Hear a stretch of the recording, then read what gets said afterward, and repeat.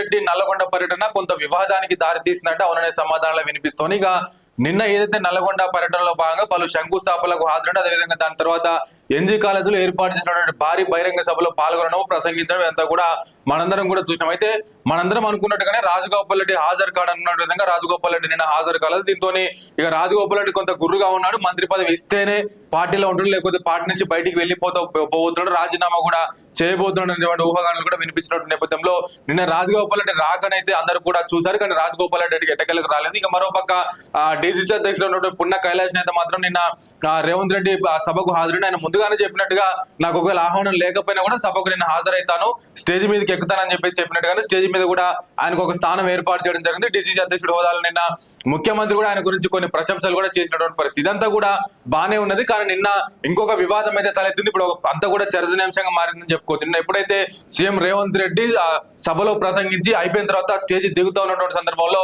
Nalgonda municipal corporation కు సంబంధించి mayor గా ఉన్నటువంటి బుర్రి చైతన్య భర్త అయినటువంటి బుర్రి శ్రీనివాస్ రెడ్డి ఎవరైతే ఉన్నారో ఆయన కూడా ఆ సమయంలో స్టేజ్ మీద ఉండడము.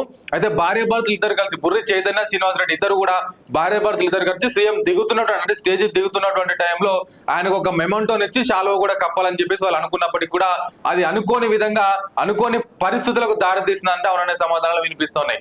మనం ఒకసారి విజువల్స్ లో చూసినట్టయితే రేవంత్ రెడ్డి సభను ముగించుకొని ప్రజలందరూ కూడా అభివాదం తెలిపి ఆయన స్టేజ్ దిగుతున్నటువంటి సందర్భంలో ఆయనకు ప్లస్ చైతన్య శ్రీనివాస్ రెడ్డికి మధ్యలో దాదాపు ఒక 50 నుంచి 60 మంది సెక్యూరిటీ గార్డ్స్ ఉంటారు. సో వాళ్ళందరినీ దాటుకొని వెళ్తేనే తప్ప ముఖ్యమంత్రి దగ్గరికి వెళ్ళేటువంటి పరిస్థితి ఉంటుంది. సాధారణంగా ఎక్కడ చూసినా కూడా ముఖ్యమంత్రిని కలవాలి అంటే కనుక అంత ఆషామాషి వ్యవహారం అయితే కాదు. ప్రోటోకాల్లో పేరు ఉండాలి. అదేవిధంగా ముందుగా ఏర్పాటు చేసి ఉంటే కనుక ఖచ్చితంగా అధికారులే ముఖ్యమంత్రి దగ్గరికి తీసుకువెళ్తారు, ముఖ్యమంత్రి దగ్గరికి మార్గం సుగమం చేస్తారంటే కూడా మనందరికీ కూడా తెలిసిందే. సో ఈ సందర్భంలోనే ముఖ్యమంత్రి రేవంత్ రెడ్డి సభను ముగించుకొని స్టేజ్ దిగుతున్నటువంటి సందర్భంలో బుర్రి చైతన్య శ్రీనివాస్ రెడ్డి అంటే చైతన్య గారు అక్కడే ఉన్నారు. శ్రీనివాస్ రెడ్డి మాత్రము ముఖ్యమంత్రిని కలవడానికి ముందుకు వస్తున్న సందర్భంలో ఉన్నటువంటి సెక్యూరిటీ సిబ్బంది, ముఖ్యంగా సీఎంఓ అధికారులు, సీఎంఓ సెక్యూరిటీ సిబ్బందికి సంబంధించిన వాళ్ళు బుర్రి శ్రీనివాస్ రెడ్డి పక్కకు నెట్టివేయడం జరిగింది. అంటే ముఖ్యమంత్రి వెళ్ళిపోతారు, ఇక కలవడానికి వీల్లేదు, సో కలవకూడదు అని చెప్పేసి వాళ్ళకు ఉన్నటువంటి నిబంధనల ప్రకారము శ్రీనివాస్ రెడ్డిని వాళ్ళు పక్కకు నెట్టివేయడం జరిగింది. దాంతో కోపంతో ఊగిపోయినటువంటి బుర్రి శ్రీనివాస్ రెడ్డి నేను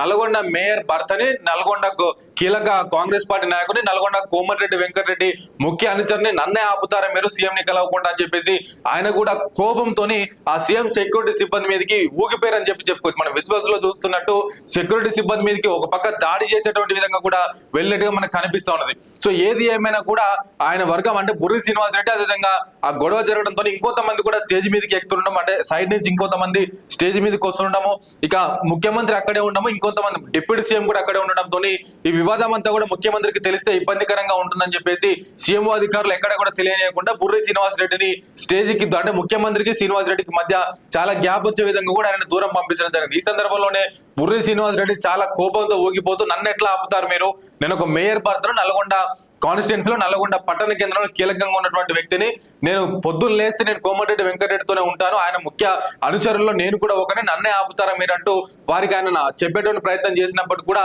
అక్కడ ఉన్నటువంటి సీఎం అధికారులు వాళ్ళ రూల్స్ వాళ్ళు పాటించాలి కాబట్టి వాళ్ళు ససేమిరా అనడం జరిగింది. సో దీంతో కనీసం నేను మొమెంటో అన్న ఇస్తాను, నన్ను కిందికి పంపించండి, ఆయన కారెక్కే లోపల కనీసం నేను ఆయనకి నమస్తే అన్న పెట్టి వస్తానని చెప్పేసి ఆయన వేడుకున్నా కూడా సీఎంఓ అధికారులు ససేమిరా అనడంతో చివరికి ముఖ్యమంత్రి అక్కడి నుంచి వెళ్ళిపోవడం జరిగింది. వెళ్ళిపోయిన కొద్దిసేపటి తర్వాత బుర్రి శ్రీనివాస్ రెడ్డిని కిందికి అలౌ చేయడం జరిగింది. దీంతో నిన్న మొత్తం కూడా నల్గొండ కార్పొరేషన్ పరిధంతా కూడా కొంత ఉద్రిక్తంగా మారినటువంటి పరిస్థితి ఏర్పడ్డది.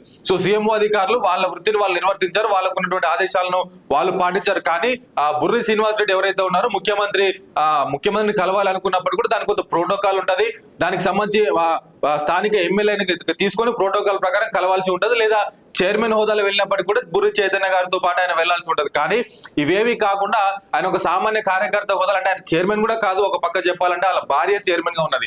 సో ఒక సామాన్య కార్యకర్త హోదాలో ముఖ్యమంత్రిని కలవాలంటే కనుక అంత ఆషామాషి వ్యవహారం ఏమి కాదు. ఈ సందర్భంలోనే సీఎంఓ అధికారులు కూడా బుర్రి శ్రీనివాస్ రెడ్డిని అడ్డుకున్నారని చెప్పేసి ఒక ప్రచారం జరుగుతున్నప్పటికీ మీరు ఎట్లా ఆపుతారు, నన్ను ఆపడానికి వీల్లేదు, నేను ఖచ్చితంగా ముఖ్యమంత్రిని కలవాల్సిందే అనేటువంటి రీతిలో కూడా ఆయన వెళ్తా ఉన్నప్పుడు ఇక చివరికి తట్టుకోలేక అక్కడే ఉన్నటువంటి స్టేజ్ మీద ఉన్నటువంటి గుత్తా అమిత్ రెడ్డి కూడా బుర్రి శ్రీనివాస్ రెడ్డిని ఆపేటువంటి ప్రయత్నం చేశారు. ఆయన అనుచరులు అయితే పెద్ద ఎత్తున ఆయన పట్టుకొని సైడ్ కు తీసుకురావడం, పోనీలు అని చెప్పి సడన్ కావచ్చు, అక్కడున్న పోలీస్ అధికారులు శ్రీనివాస్ రెడ్డి మీదకి గురుగా ప్రవర్తించడం కావచ్చు, శ్రీనివాస్ రెడ్డి వారి మీదకి దాడి చేయడం ప్రయత్నం కావచ్చు, మొత్తం నిన్న ఒక గందరగోళమైనటువంటి వాతావరణం అయితే ఏర్పడదని చెప్పుకోవచ్చు. రాష్ట్ర వ్యాప్తంగా కూడా ఇది ఒక చర్చకు అయితే దారితీస్తా ఉన్నటువంటి సందర్భంగా కనిపిస్తున్నది. అసలు ఏం జరుగుతా ఉన్నది, ముఖ్యమంత్రిని కలవాలంటే మాకు అవకాశం లేదా, మా నియోజకవర్గంలో మా పట్టణ కేంద్రానికి వచ్చినటువంటి మా ముఖ్యమంత్రిని మమ్మల్ని మీరు కలవనియ్యారా అంటూ సెక్యూరిటీ అధికారుల మీద కొంత గురుగా ఉన్నట్టుగా కూడా అవకాశం మీద మన కొన్ని వార్తలు అయితే వినిపిస్తున్నాయి. సో ఇది ఆ నోట ఈ నోట పడి కోమటిరెడ్డి వెంకటరెడ్డి వరకు కూడా చేరినటువంటి సందర్భం అయితే కనిపిస్తున్నది. కోమటిరెడ్డి వెంకటరెడ్డి కూడా బుర్రి శ్రీనివాస్ రెడ్డితో మాట్లాడి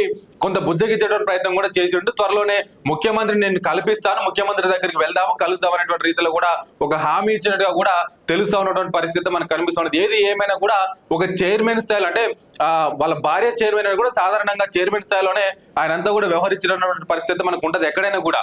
సో అట్లాంటి చైర్మన్ స్థాయిలో ఉన్నటువంటి బుర్రి శ్రీనివాస్ రెడ్డికి నిన్న స్టేజ్ మీద ఒక అవమానం జరిగిందని చెప్పేసి ఆయన వర్గీయులందరూ కూడా కొంత అసహనం అయితే వ్యక్తం చేస్తున్నటువంటి పరిస్థితి మనకు కనిపిస్తున్నది. చూడాలి మరి రాబోయే రోజులు అంటే ఇంకొద్ది రోజుల్లోనే మరికొద్ది రోజుల్లోనే ముఖ్యమంత్రి దగ్గరికి ఏమైనా వెళ్ళేటువంటి అవకాశం ఉండదా, కోమటిరెడ్డి వెంకటరెడ్డిని తీసుకొని ముఖ్యమంత్రి దగ్గరికి వెళ్ళి కలిసేటువంటి అవకాశాలు ఏమైనా ఉన్నాయని చెప్పేసి కూడా కొన్ని వార్తలు అయితే వినిపిస్తున్నాయి. మొత్తానికి ఏది ఏమైనా కూడా నిన్న స్టేజ్ మీద జరిగినటువంటి ఈ గందరగోళం అయితే ప్రతిపక్షాలకు ఒక అస్త్రంగా మారినటువంటి సందర్భం. వాళ్ళందరూ కూడా వాళ్ళ సోషల్ మీడియా అకౌంట్లలో పోస్ట్ చేస్తూ నిన్న సీఎం సభలో కొట్టుకున్నారని చెప్పేసి కావచ్చు, నిన్న సీఎం సభలో జనాలు లేరు అని చెప్పేసి కావచ్చు, నిన్న సీఎం సభలో ఖాళీ కుర్చీలు దర్శనమిచ్చినాయని కావచ్చు, ఇట్లా రకరకాలుగా వాళ్ళకి దోచినట్టుగా వాళ్ళైతే రాస్తా ఉన్నటువంటి సందర్భం. ఒక పక్క రాజగోపాల్ రెడ్డి ఏమో సభకు హాజరు కాలేదు, మరొక పక్క సభలో కొంత గందరగోళమైనటువంటి వాతావరణం చోటు చేసుకోవడం, మరొక పక్క ముఖ్యమంత్రి డిసిసి అధ్యక్షుడు ఉన్నటువంటి పుల్ల కైలాష్ నేతను కూడా కొంత పొగడటం కూడా ఇదంతా కూడా కోమటిరెడ్డి వర్గానికి కొంత ఇబ్బందికరంగా మారినటువంటి సందర్భం. ఈ సందర్భంలోనే మరొక కోమటిరెడ్డి ముఖ్య అనుచరుడైనటువంటి బుర్రి శ్రీనివాస్ రెడ్డికి నిన్న కొంత అవమానం జరగడం కూడా అక్కడ ఉన్నటువంటి వాళ్ళు కొంతమంది జీర్ణించుకోలేక సీఎంఓ అధికారుల మీద కూడా దానికి దిగినట్టుగా కూడా కొన్ని వార్తలు అయితే వినిపిస్తున్నాయి. మొత్తానికి ఏది ఏమైనా కూడా చూడాలి మరి రాబోయే రోజుల్లో ఏం జరుగుతుందో. ముఖ్యమంత్రి కలిసి ప్రయత్నం చేస్తున్నారా, లేకుంటే బుర్రి శ్రీనివాస్ రెడ్డి ప్రెస్ మీట్ పెట్టి ప్రజలకు కానీ లేకుంటే సీఎంఓ అధికారులకు కానీ ఏం చెప్పాలనుకుంటున్నారు, అసలు నిన్న ఏం జరిగిందనేది ఆయన మన ప్రెస్ మీట్ పెట్టి మాట్లాడతాడు అనేది కూడా రాబోయే రోజుల్లో చూడాల్సిన అంశంగా అయితే ఎంతైనా ఉన్నది.